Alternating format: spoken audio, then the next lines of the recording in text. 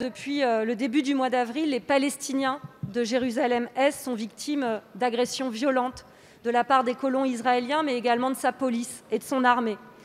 Ces affrontements, ils ont déjà fait des centaines de blessés depuis vendredi. Et vous avez dû voir hier l'esplanade des mosquées, qui a été le théâtre d'un incendie ravissant un public de colons exaltés.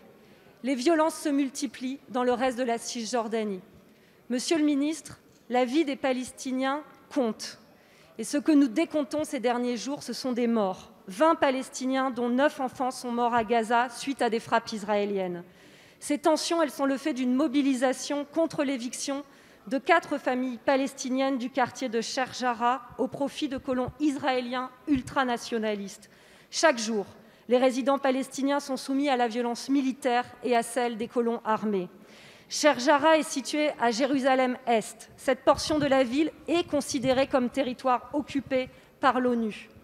La résolution 478 du Conseil de sécurité des Nations unies présente l'annexion par Israël de cette partie de Jérusalem comme une violation du droit international.